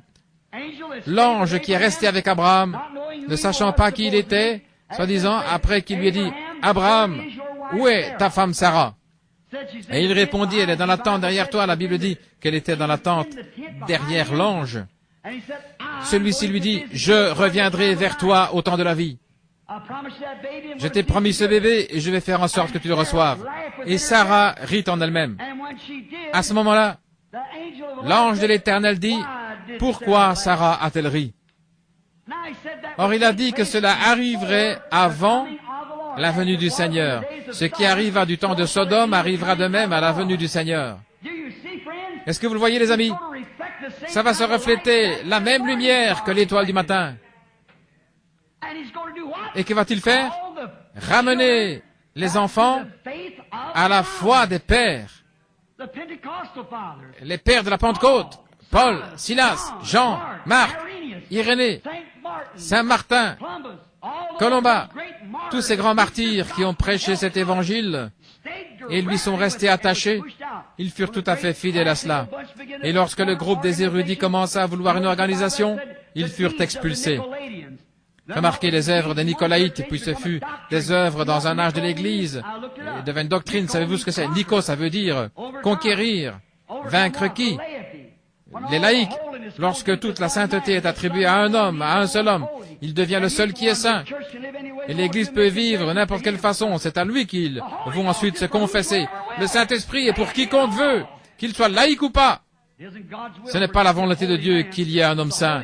C'est le Saint-Esprit parmi des gens qui sont nés de nouveau, montrant des signes et des miracles. Cette même Église, cette étoile du soir, reflétera la même lumière que l'étoile du matin. Mais regardez, lorsque ça arrivera, il dit qu'il y aura une époque qui ne sera ni nuit, ni jour, que vous pourrez à peine différencier. Ce sera un jour sombre, comme nous avons dans notre pays, quand il pleut. Mais au soir, il y aura de la lumière. La lumière du soir viendra. Eh bien, la lumière du soir, le soleil, le soir est le même soleil qui se lève le matin. La lumière du soir reflète la même lumière que le soleil le matin. C'est simplement le coucher du soleil et le lever du soleil. Vous le voyez? Maintenant, nous sommes dans le temps du soir. Oh, grâce soit rendue à Dieu pour la lumière du soir, qui reflète sa promesse et l'accomplit. Maintenant, le monde est dans une condition sodomite. Oh, j'ai inscrit le mot aiglon. J'ai prêché une fois là-dessus. La lumière du matin, l'étoile du matin, le même message. Cela fait maintenant longtemps que c'est le soir. C'est un moment sombre, c'est un moment dangereux. Souvenez-vous que le crépuscule est le moment le plus dangereux pour voyager. Vous devez faire attention. Et c'est aujourd'hui le jour le plus dangereux de notre vie. La Bible dit dans Matthieu 24 que dans les derniers jours, cela séduirait les élus même, si c'était possible. J'ai entendu dernièrement Billy Graham dire dans un message, les élus sont déjà séduits. Oh non, non. Les élus ne seront pas séduits. Non, non. Ils ne seront pas. Non. Les membres de l'Église, oui, mais pas les élus. Ils furent choisis dès avant la fondation du monde. Ils ne peuvent pas être séduits. C'est impossible, dit Hébreux 8. Ils ne seront pas séduits. Mais ce temps du soir est un temps dangereux pour l'Église. Parce que regardez, ils iront à l'église et seront presque exactement comme les croyants pentecôtistes. Ils pousseront des cris, danseront, parleront en langue et tout le reste, si proches que cela séduirait les élus même, si c'était possible. Mais souvenez-vous, la seule façon vous permettant de savoir que vous êtes dans le vrai, c'est de suivre le conducteur. La parole, elle apporte l'absolue vérité, voyez. Restez avec le conducteur. Soyez simplement remplis. Oui, monsieur. Maintenant, nous voyons que cette église de Laodicée, l'âge de l'église dans lequel nous sommes maintenant, si vous voulez le lire, dans Apocalypse 3, nous voyons ce qui s'est passé quand ce message est censé être apporté. L'église était tellement mondaine et organisée au point qu'elle en a chassé son Dieu. Le passage de l'écriture le plus pathétique que j'ai jamais vu, c'est Apocalypse 3, lorsque dans l'âge de l'église de Laodicée, Jésus se trouve à l'extérieur de sa propre église, frappant pour essayer d'entrer à nouveau. Lors de la première église, il marchait parmi les 7 chandeliers d'or, les âges de l'église. Mais dans celui de Laodicée, il est à l'extérieur, essayant de rentrer dans sa propre église. Cela montre ce que cet âge lui a fait. Ils se sont organisés au point de le faire sortir. En s'organisant, ils ont mis dehors sa doctrine et sa Bible. Ils ont un livre de credo, de philosophie, etc., qu'ils lisent et acceptent à la place. Ils ont des confessions froides au lieu de laisser Dieu entrer et faire d'eux des messiettes. De leur donner le baptême du Saint-Esprit et de montrer des signes et des miracles. En s'organisant, ils ont mis tout dehors. Ils ont mis ces choses de côté. Maintenant, il est à l'extérieur, essayant de rentrer à nouveau. À la porte, voici, je me tiens à la porte et je frappe. Dans cet âge de l'église de Laodicée, il essaye d'entrer à nouveau dans sa propre église d'où ils l'ont chassé. N'est-ce pas pitoyable? C'est la chose la plus pathétique à laquelle je puisse penser. De voir le Seigneur dans sa propre église, après avoir donné sa vie pour elle, agir comme il l'a fait, envoyer la lumière à l'église, et lui dire ce qu'il a fait, puis ensuite être rejeté et poussé à l'extérieur. Ils ont accepté quelque chose, un credo. Et le voilà à l'extérieur, essayant d'entrer. Maintenant, laissez-moi juste dire ceci pour terminer parce qu'il se fait tard. J'ai encore 20 références, mais je n'y arriverai pas. Laissez-moi dire ceci. Avez-vous remarqué, à l'extérieur de l'église, est-ce que vous écoutez? Dites Amen. À l'extérieur de l'église, essayant d'entrer. Souvenez-vous que ceux qui se trouvaient à l'intérieur de la dénomination ne l'ont jamais vu. Ce sont ceux à l'extérieur qui l'ont vu. Ils ont entendu qu'on frappait, mais ils ne l'ont pas vu. C'est ainsi aujourd'hui, l'homme qui va à gauche et à droite aujourd'hui en disant « Eh bien, je n'ai jamais rien vu de ça, je suis allé là, je n'ai rien vu. » Oui, il ne peut pas voir. Il est organisé tellement qu'il ne peut rien voir. Mais si une fois vous pouvez vous libérer suffisamment pour sortir et regarder qui se tient dehors en train de frapper, et qui est celui qui fait ces choses, voyez-vous ce que je veux dire? Allez à l'extérieur, à l'extérieur. Ne soyez pas si organisés, parce qu'alors vous ne pouvez rien voir. La seule chose que vous voyez, c'est votre dénomination. Mais si vous allez à l'extérieur, vous allez voir Jésus dans toute sa gloire et sa miséricorde, essayant d'entrer dans son peuple. Oh, je le regarde ce tenant-là. Je parlais du Messie, des Messiettes. Ils sont la lumière de l'Église aujourd'hui, la lumière du monde. Jésus a dit aux disciples, vous êtes la lumière du monde. Vous êtes une chandelle placée sur une colline. Une lumière qui peut être vue de partout. Nous sommes la lumière. Si nous le sommes, nous reflétons sa lumière du Messie, le signe du Messie, qui suit les Messiettes comme il suivit le Messie. Il y a quelque temps, dans votre belle église, je crois que j'ai prêché sur le sujet, pareil à l'aigle, qui éveille sa couvée, qui voltige sur ses petits. Je crois que j'ai prêché là, l'aigle qui éveille sa couvée. J'aime observer les grands aigles. Vous savez, ce père, Dieu s'est appelé lui-même un aigle, vous savez. Il a appelé ses prophètes des aigles, certainement. Cet aigle, Jacob, il l'a trouvé dans un désert au hurlement effroyable, pareil à l'aigle qui éveille sa couvée. Maintenant, nous voyons qu'il s'appelle lui-même un aigle, Jéhovah, aigle, et il a une bande d'aiglons. Des aiglons comme des messiettes, des aiglons. Maintenant, je peux voir l'imposant père aigle en train de marcher autour du nid. Il aime regarder ses enfants. Oh là là, comme il aime les regarder. À qui ressemble-t-il? Exactement à lui. Ce ne sont pas des hybrides, ils ne sont pas à moitié busards, à moitié corbeaux, ce sont des aigles. C'est ce que nous sommes aujourd'hui, nous sommes méthodistes, baptistes, assemblées, ceci, cela, des busards, des corbeaux et tout le reste. Comment pouvons-nous être des aiglons? Comment le pouvons-nous lorsque nous voyons le signe de Dieu manifesté parmi nous que nous appelons cela quelque chose d'autre? Alléluia! Il aime le regarder parce qu'il sait qu'ils sont de pure race. Ils ont sa chair, ils ont son sang, ils ont son esprit. Amen.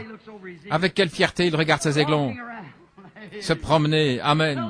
Les petits aiglons le regardent en disant, « Comme tu es grand, comme tu es grand. » Regarde-moi, oh là là. Nous allons nous envoler un de ces jours, n'est-ce pas, papa? Voyez-vous, oh, comme il aime le regarder. Il lui ressemble, ils agissent comme lui. Ils sont sa chair, son sang, son esprit. Amen. C'est ainsi qu'est l'Église de Dieu, ces aiglons, ces messiettes. Ils lui ressemblent, ils agissent comme lui, ils prêchent comme lui. Ils font les mêmes œuvres que lui. Il fera aussi les œuvres que je fais.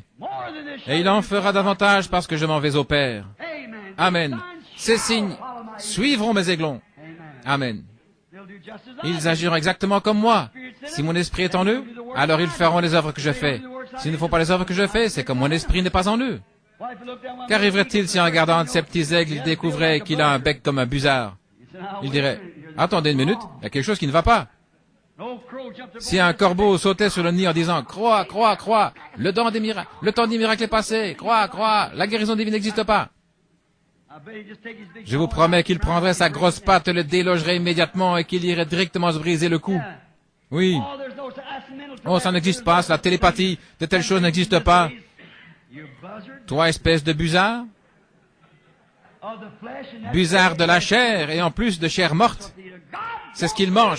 Dieu veut des aiglons, il veut des messiettes, il veut des hommes et des femmes qui ont des signes et des miracles, des oins. Il veut une église qui est remplie du Saint-Esprit. Une église qui le reflète, lui, le même hier, aujourd'hui, éternellement. Dieu n'est pas mort. Il a simplement formé un royaume. Dieu a des messiettes. Amen. À chaque mot qu'il prononce, vous dites Amen, c'est vrai. Oui, monsieur, ils lui ressemblent, ils agissent comme lui, ils croient. Et parmi cela, le conducteur continue à se manifester accompagné de signes et de miracles. C'est le Messie. Le Messie est vivant ce soir. Il n'est pas mort, mais il est vivant au siècle des siècles. Le croyez-vous? Qu'est-ce qu'il a dit? Il y aura de la lumière au temps du soir. Le sentier de la gloire, vous le trouverez certainement dans ce chemin de l'eau. Et la lumière aujourd'hui, ensevelie dans le précieux nom de Jésus. Jeunes et vieux, repentez-vous de tous vos péchés. Le Saint-Esprit entrera sûrement. La lumière du soir est venue. C'est un fait que Dieu et Christ sont un. L'homme fut fait pour être un Dieu. Et Dieu fut fait pour être un homme. Un Messie, le grand Jéhovah, habita dans un corps humain et fit ce corps comme le sien afin qu'il puisse avoir un corps humain et être ainsi un Messiette pour gouverner sa terre et en avoir le contrôle. Amen. Les œuvres que j'ai faites, ils le feront aussi. Oh, j'aime cela. Jéhovah se promène sur son trône en disant, ce sont mes aiglons. Ils sont chair de ma chair et eau de mes os. Ils sont nés de mon esprit et lavés dans mon sang. Amen. Ils m'appartiennent. Ils m'appartiennent. Tout ce que je leur dis, ils le croient. Pourquoi? Ce sont des aigles. C'est ce qu'ils sont. Ce sont des aigles comme moi. Je suis un aigle. Ce sont des petits dieux, tandis que je suis le grand Dieu. C'est vrai. Je suis Jéhovah, papa. Et ce sont mes enfants. Et il a promis que ces choses arriveraient. Maintenant, si nous sommes des enfants de son royaume, ces signes devraient se faire connaître parmi nous. N'est-ce pas vrai? Or, nous pouvons en parler, en discuter et rester là toute la nuit. Mais cela marchera-t-il? C'est la chose suivante. C'est la chose suivante. Si ça marche, alors c'est vrai. La parole de Dieu a promis dans Saint Jean 14, 12, « Celui qui croit en moi fera aussi les œuvres que je fais. » Est-ce que c'est vrai? Je le crois, pas vous? Très bien, inclinons la tête.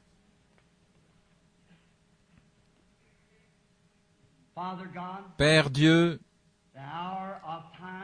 l'heure du temps est arrivée. Nous réalisons qu'il n'y a pas moyen pour nous de trouver quoi que ce soit, aucun endroit où aller, si ce n'est à Jésus. Nous sommes à la fin des temps et nous voyons toutes ces choses arriver.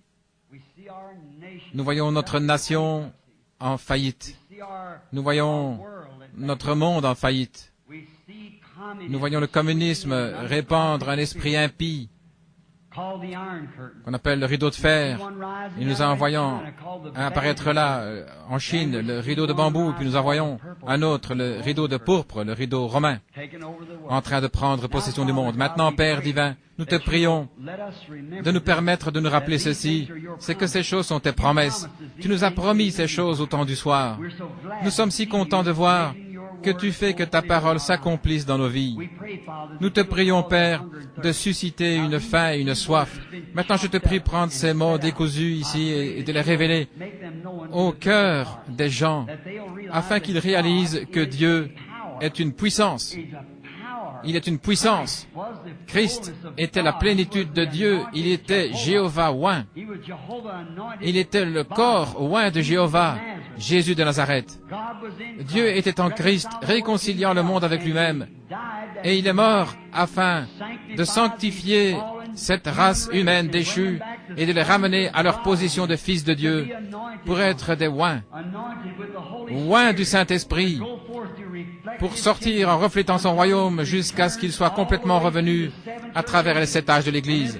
Et dans les derniers jours, nous le trouvons à l'extérieur de sa propre Église essayant d'entrer. Mais il a promis qu'il enverrait la lumière en ce temps-là. Et nous l'avons trouvé, Seigneur. Nous l'avons trouvé et nous voyons que c'est un conducteur correct parce que nous avons connecté la parole que nous croyons avec le Dieu du ciel qui l'a promis. Et le courant qui a accompli les premiers signes est revenu et accomplit les mêmes signes messianiques. Alors, Père, nous savons que la parole que nous appelons le conducteur est juste parce qu'elle produit chaque promesse. Nous te remercions, Père.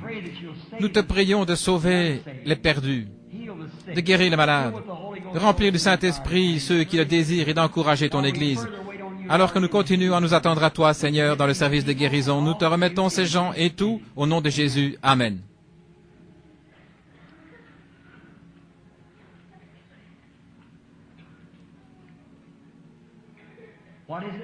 Qu'est-ce que c'est maintenant? Je regarde l'horloge. Je ne veux pas vous regarder trop longtemps. Nous devons aussi partir tôt demain matin. Et qu'a-t-il promis? Il a promis que vers le soir, il y aurait de la lumière. Il a promis. Pouvez-vous voir ce que je veux dire quand je parle de Messiette? Levez la main si vous comprenez. Si Messie veut dire oint, et qu'il était le Messie parce qu'il était oint de la plénitude de Dieu, alors nous sommes aussi oints du même esprit. Maintenant, vous allez dire, comment savez-vous que vous êtes oints du même esprit? Vous avez la même vie. Vous faites les mêmes choses qu'il a faites. Celui qui croit en moi fera aussi les œuvres que je fais. Qu'est-il dit dans Saint Jean 5, 19? En vérité, je vous le dis, le Fils ne peut rien faire de lui-même. Il ne fait que ce qu'il voit faire au Père. Et tout ce que le Père fait, il le fait aussi. N'importe quel véritable Messiette aura le même message, n'est-ce pas vrai? Et souvenez-vous, qui a reçu le baptême premièrement? Le baptême du Saint-Esprit, les Juifs, qui ensuite? Les Samaritains, et finalement les nations, n'est-ce pas vrai? Parce qu'ils furent amenés après la mort, l'ensevelissement et la résurrection. Maintenant, ils ont reçu le message. Maintenant, remarquez. Les descendants de Cam, Sem et Japhet, les gens de Cam, Sem et Japhet devaient, ce sont les tribus de la terre, les 3 tribus de la terre. Maintenant, nous voyons que les Juifs ont reçu le signe messianique par Jésus. Les Samaritains l'ont reçu par Jésus. Mais maintenant, dans les derniers jours, maintenant, les nations ne l'ont pas reçu parce qu'ils n'attendaient pas de Messie. Nous étions des païens en ce temps-là, notre peuple, les anglo-saxons. Nous étions des païens, adorant des idoles, les Moabites et encore, et les Amoréens, etc. C'était notre peuple. Mais maintenant, cela fait 2000 ans que nous attendons un Messie. Comment s'est-il fait connaître en ce temps-là? En envoyant Jésus et en loignant de son esprit. Et Jésus a dit, si je ne fais pas les œuvres de mon Père, alors ne me croyez pas. N'est-ce pas vrai? Si je fais les œuvres, alors croyez les œuvres. Maintenant, pourquoi? Il ne s'est pas lié à leurs organisations, à leur dénomination, il est resté en dehors, voyez-vous, il les a réprimandés sévèrement. Ils disent qu'il a déchiré ses églises, tout le reste. Pourriez-vous attendre à ce que son esprit fasse autre chose? Il fera la même chose, il ne peut pas changer, il est Dieu. Nous pouvons changer, notre nature humaine peut changer, mais Dieu ne peut pas changer, il doit rester le même. Il est infini. Nous sommes limités. Ainsi, il ne peut pas changer. Ainsi, lorsqu'il viendra à son église dans les derniers jours, qu'est-ce que ce sera? Un groupe de gens appelés à sortir, des gens oints de l'Esprit de Dieu. Ce seront des messiettes. Voyez, ils seront des oints. Et si son esprit est en eux, ils feront les choses qu'il a faites. Exactement. N'est-ce pas vrai? Alors, si nous disons, si nous pouvons prendre cela et relier la parole à la dynamo, et que le courant arrive en disant que c'est juste, alors vous avez une connexion. Si vous le reliez et que rien ne se passe, vous avez un isolateur quelque part. Vous avez un fil brisé quelque part. Voyez. Mais connectez-le à la dynamo, et si le courant passe, vous avez alors un conducteur direct. Vous avez un conducteur. Et si vous voulez le croire ainsi, je vous dirai de quelle manière je l'ai reçu. Je suis venu simplement, comme le dit la Bible. Je n'ai jamais changé pour aucune dénomination. Ma propre église baptiste m'a mis dehors parce que je ne voulais pas ordonner une femme prédicateur. Ce n'est pas scripturaire, ce n'est pas juste. Je leur ai dit, vous feriez aussi bien de me mettre dehors parce que tôt ou tard, vous devrez le faire. Ainsi, je vais m'en aller avant que vous le fassiez. Puis au sujet de beaucoup de ces choses d'aujourd'hui, lorsque je n'étais qu'un jeune homme, avant que j'entende parler d'unitaire, bénitaire, 3 dieux, 4 dieux, quel que ce soit, je croyais qu'il y avait un seul Dieu et que son nom était Jésus. Et je fus baptisé au nom de Jésus-Christ par un prédicateur de l'église baptiste missionnaire parce que je lui avais demandé. Et je l'ai prêché depuis ce moment-là. Il n'y a pas de passage dans la Bible. Apportez-moi un passage où quelqu'un a été une fois baptisé dans les titres de Père, Fils et Saint-Esprit avant que l'église catholique soit organisée dans ces titres. Ou lisez dans l'histoire jusqu'à ce que l'église catholique soit organisée. C'est un credo catholique. C'est un credo catholique et tout homme baptisé ainsi n'est pas baptisé dans l'église du Dieu vivant. Ils sont baptisés dans l'église catholique, c'est leur credo. Montrez-moi dans les Écritures, montrez-moi par l'histoire ou quiconque l'a fait en dehors de l'église catholique. Luther l'a fait ressortir et Wesley après lui pour en arriver maintenant à ceci. À chacune de ces églises, il a dit, tu n'as pas renié mon nom. Mais lorsqu'il est arrivé à cette église de Thyatire, il a dit, tu as un nom d'être vivant, mais tu es mort. C'est ça. Je ne veux pas dire que le baptême d'eau au nom de Jésus vous sauve, mais c'est le baptême chrétien correct. Vous êtes sauvés par la foi. C'est vrai, à travers Christ. C'est vrai. Mais c'est le baptême correct. C'est ainsi que vous serez baptisés. Exactement. Vous devez l'être pour garder l'ordre de la Bible. Vous devez être baptisés ainsi. Puis lorsque vous avez reçu le Saint-Esprit, que la puissance vient sur vous, alors vous ferez exactement la même chose que Jésus, parce que c'est son esprit en vous. Si ce n'est pas le cas, il y a quelque chose qui ne va pas. C'est vrai. Oh, gloire. Oh, je me sens comme si j'allais parler en langue moi-même maintenant. Vous savez, la première fois que j'ai parlé en langue, j'étais dans l'église baptiste en train de prêcher. J'étais sur l'estrade en train de prêcher aussi fort que je le pouvais, et je me suis mis à sauter au milieu du couloir en prononçant quelques mots dans une langue inconnue sans savoir ce que je disais. Et je regarde autour de moi et toute l'assemblée tendait le cou pour voir ce qui se passait. Quelque chose m'a dit, je suis un rocher dans une terre aride et un refuge dans la tempête. C'est la première fois que je parlais en langue. Oh là là. Je savais qu'il y avait quelque chose de réel quelque part que je ne connaissais pas. J'ai continué à chercher jusqu'à ce que je le trouve. J'ai continué à avancer. J'ai tout vendu pour acheter cette perle de grand prix. Oh, peu importe si la Bible le dit, je le crois. Peu importe combien d'organisations ou de gens disaient ceci ou cela, c'est la parole de Dieu et c'est la vérité et je resterai avec elle. C'est tout. Et la seule façon qui vous permettra de faire cela, c'est de rester parole pour parole avec la Bible. J'ai prêché l'autre soir sur 4 êtres vivants. Et ce n'était pas des animaux, parce que le mot dans l'Apocalypse au chapitre 4, désignant ces êtres vivants, est Zoon, Z2ON, ce qui signifie créature vivante d'Apocalypse 11 et 17. C'est un mot tout à fait différent, et qui signifie une bête sauvage. Mais ceux-là, c'était des créatures vivantes. C'était des chérubins, comme ceux qui étaient à la porte, gardant le lieu saint. Nous le voyons dans Ézéchiel, chapitre 1er. Lorsque la lumière ambre de Dieu, l'arc-en-ciel et la gloire de Dieu se trouvaient là. Et nous en avons une photo. La même chose qu'ils ont vu là-bas, nous en avons une photo. Et c'était juste là, dans la salle, et la lumière photographiée est exactement semblable à celle que vit Ézéchiel. Ézéchiel 1, 26 à 28. Nous pouvons vous montrer la photo de la gloire de Dieu telle qu'il la vit. Maintenant, vous voyez que l'appareil photo peut parfois voir des choses que l'œil ne voit pas. C'est vrai. Ils l'ont vu, tandis que les humains ne le voient pas. Mais notre vue devient si obscurcie, alors que nos yeux devraient être de saints capteurs de lumière, mais ils sont enfumés par des bêtises, dénominations et différentes choses. Nous ne pouvons pas voir plus loin que le bout de notre nez. Nous ne voyons pas ces choses là-bas. Le Saint-Esprit est ici, aujourd'hui, il est le même, hier, aujourd'hui, éternellement. Et c'est la même puissance, les mêmes signes, les mêmes miracles, le même Dieu, le même baptême, le même Saint-Esprit, tout est pareil. Parce qu'il ne peut pas changer. Amen. Très bien. Je crois qu'il a distribué les cartes de prière, la lettre A, n'est-ce pas? Frère Branham commence maintenant à prier pour les malades. Not guesswork, but really know what it is. Now, fill it out. And now, he has already, now, let's take a sick person. Somebody raise up your hand that's sick. It's never put foot on this earth until the church is gone. How many knows that? We which are alive and remain shall not prevent or hinder them which are asleep. The trumpet of God shall sound. We'll rise, be caught up and meet him in the air. That's right. Then he returns back to make himself known to like Joseph did to his brethren. 144,000, but the church is raptured and gone in. Remember, when Joseph made himself known to his brethren, his wife and all of us in the palace, no Gentiles around. He dismissed them all. And so the church age dismisses at the 3rd chapter. John was caught up, representing the church, and from there to the 19th, she now doesn't appear again till she comes be wed with her bridegroom.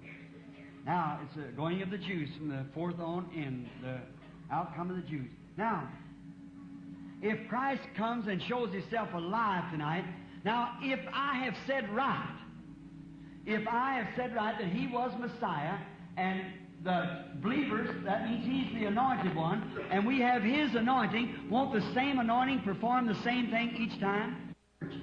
I love you. Brothers, it's going to be too late to talk to you like that at the judgment. When you're left, I want you to be ready. I don't know when He's coming. But if He comes tonight, I want to be ready. If He don't come till next week, I want to be ready then. So I want to be ready. If I sleep, that won't hinder me. I'll rise anyhow.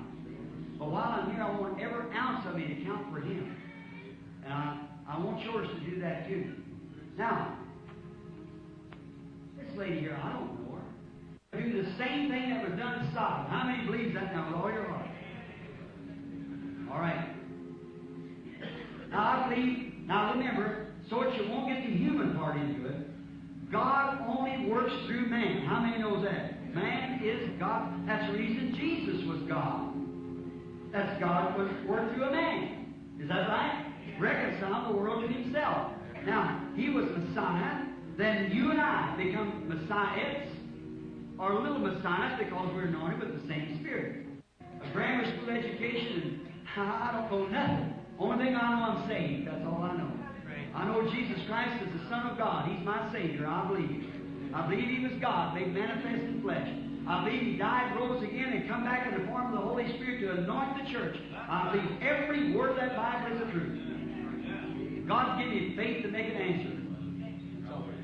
I've seen happen since I left you all, just around maybe 20, 30 calls a day in different places, and there at home. It would make some mighty fine books. It sure would. But we don't stand there now. Just now and then to the church. We don't broadcast it out. Jesus said, tell no more. This is for the church. It's for the believers. Now, if you're a believer, now you see if the Holy Spirit will move. And if it will, how many of you will believe with all your heart? If it'll do the very same thing it did when it was on a man called Jesus of Nazareth, you believe that Messiah is true. Brother, but it's His Spirit. I'm a sinner. But it's His Spirit that has to work through somewhere. He's got to have somebody to work through. Elijah was a man subject to like passions as we are. Is that right? He had his ups and downs. His temper got up and his indignation. He's just like I was, you are. But he prayed earnestly. He was a prophet. He prayed earnestly and shut the heavens. Walked around and said, rain or dew will not fall, but I call for it. He had an answer. That's the reason I'm standing here tonight before this woman. God promised. And I believe God. I've seen a vision. How many heard me tell that before he went to Finland? Look at the hands. Brother Jack was standing right there when it happened. A little boy killed just exactly what? Just exactly what you wrote down the fly leaf of our Bible. There he come back life, the little spirit gone out. The land of the dead. God called it back. See, a mental power of a man that can crack a glass, a sinner is made up to be that. Let God come in there and go back and bring the dead back. See? It's His promise. First you find the will of God, then do it. But say it ain't God's will ever. It is God's will. We've done seen it done. I've seen it done about 5 different times, and I know it's true. Now, here's the same thing in an amateur way. Like Jesus did. Speak to the woman. Day before yesterday, this man came up to my house and stood there and he said, I started out the gate. I was going to send him more to office, but the person there. He said, Brother Branham. I said, yeah. He said, could you help me? I said, well, if you go. Something said, take it in the house. As soon as he sat down, I said, don't tell me who you are, I'll tell you. Started off like that and told him all the Holy Spirit getting revealed to him all his life. He said, that's right. That's right. He said, sir, that's right. I said, you don't live here, you live in Madison. You've been down in Evansville, Indiana, and I've got a bunch of occult down there, didn't you? Yeah. Bible school, you thought it was. He said, mercy goodness, man, how do you know that? And so when I said, say, I don't understand that. And I said, was you ever at one of my meetings? He said, I never know your name till just about 25 minutes ago. Some man told me when I was passing through Louisville, come over here, a man named Mr. Sandy. He said, I never know your name. I said, well, that's my ministry. He said, if I understand it right, Jesus was talking to His disciples and know what was in their heart. Right? He said, then that's God speaking through you to me. I said, boy, you know more about it than I've been following these for a long time. That's right. He said, well, praise God, it's all finished now then. There you are. Boy just flew in from England. Same thing. Here it is, again, the tabernacle. This is About 48 years of it.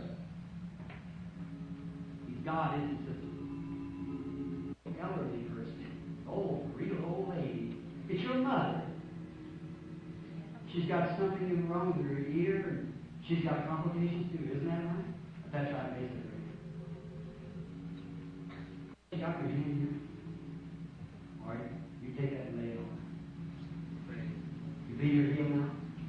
Let me put hand. Father God, I lay hands upon her in the name of Jesus Christ. Lord, may these things come to pass. We ask for God's sake in Jesus' name. That I come back so she could come up. Now, you had something wrong with the head. It's like a migraine headache. Right? It run you into a nervous breakdown. Now you're suffering with weakness. You seem like it's like taking a string and pulling it all the threads are not broken and that loose is flagging. You'll be all right. Inez?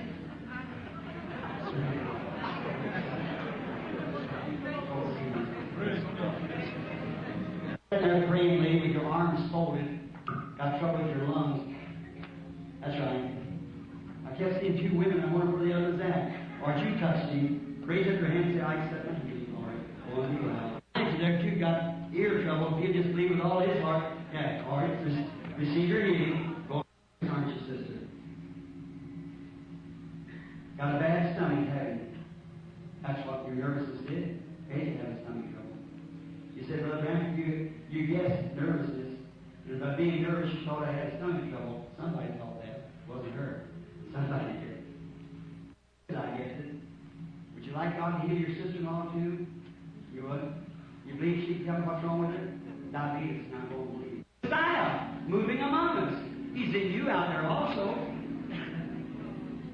Your daughter both suffering with thyroid trouble. If you believe with all your heart, Jesus Christ will make you well. Amen. Bad fixes. Bedridden. I tell you, the thing you need is Christ in your heart. You need to be a Christian, accept Christ as your Savior.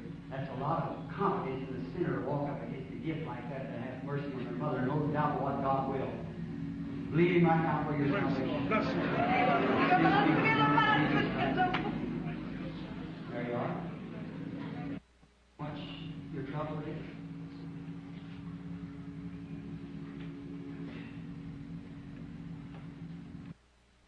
Right back there, kind of the yellow jacket on. That's it. I see her here before, and I see that light hanging here, and then look down again there. Or He heals you then, sister. Your mouth looking at me and saying, praise the Lord, like that. You got trouble with your mouth and with your face. Isn't that right? If that's right, raise up your hand. All right, Jesus makes you well. Go home and believe it. Isn't He wonderful? He's the Lord. Believe He'll make him well?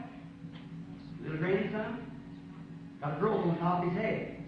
Miss Pearson, go believe with all your heart. You are the Lord Jesus.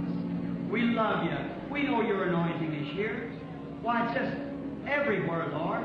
I pray that the people will receive you just now as their Savior and as their healer. Grant it, Lord, through Jesus' name. Have your heads bowed just a minute. A while ago, stop the prayer line. Prayer line's coming on. I'll come kneel down here just a minute, will you? If you believe in the Messiah, believe that Jesus died and rose again, come here and stand right here before me here at the altar just a moment and pray. God bless you, sir.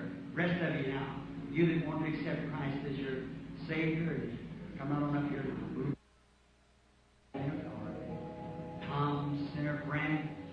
Come to Christ now, the only hope, the only chance. The evening lights are shining. Come while it's day, while you can come. They're all sinking, they're gone. The day is finished, the night's far spent. The evening's far, day's far spent, night's growing on. Even the evening stars shedding forth its light. What twilight, the danger time. Don't stay in your seat. Come up here. You without Christ. You that wants to know Him as your Savior. Come up here and kneel down while He's healing the sick people. He heals both soul and body. Pray, you people that's got the Holy Ghost, while these sinners are sobbing here at the altar. Pray, may God help you. A young lady like you and nervous. You believe you'll heal that nervousness? You had all your life. You believe He'll make you well? Let me say that for you. I believe the Holy Ghost is here. I believe the anointing. Oh, Jesus, this poor young girl bound with this devil of oppression. Come out of her, Satan. I adjure thee by the living God, believe her. You can't keep her any longer. Depart from her. You're going to be well. Don't believe her, Lord.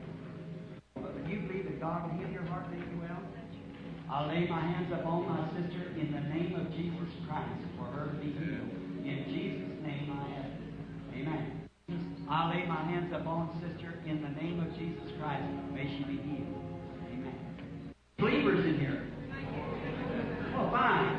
Now, while I'm praying for, how many wants to be prayed for? Raise up your hand.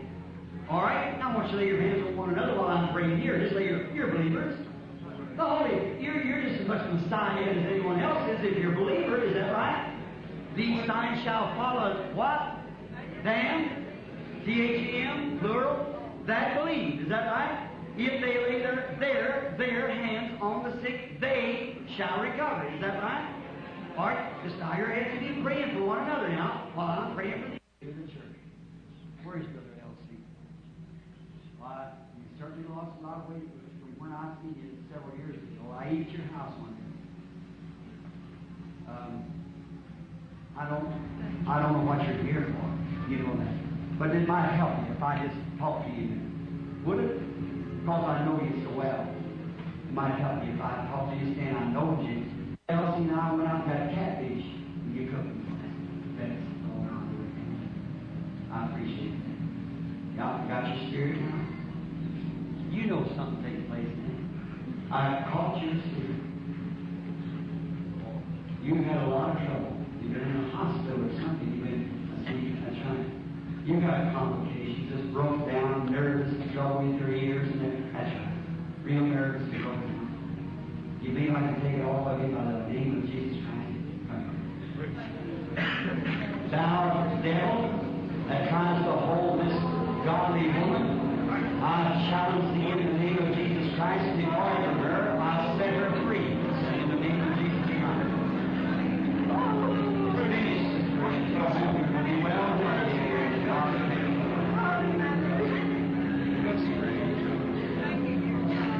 You realize that cancer can die if God doesn't heal you. Believe me well? I'll lay hands upon this woman and challenge this devil in Jesus' name to come from her. Amen. I'll lay hands upon this woman and challenge this devil in the name of Jesus Christ to come out of her. Amen. That does it. That makes it right. Something has happened to you, did it? You stand there and you felt all thrilled about it, didn't you? That's your back, see?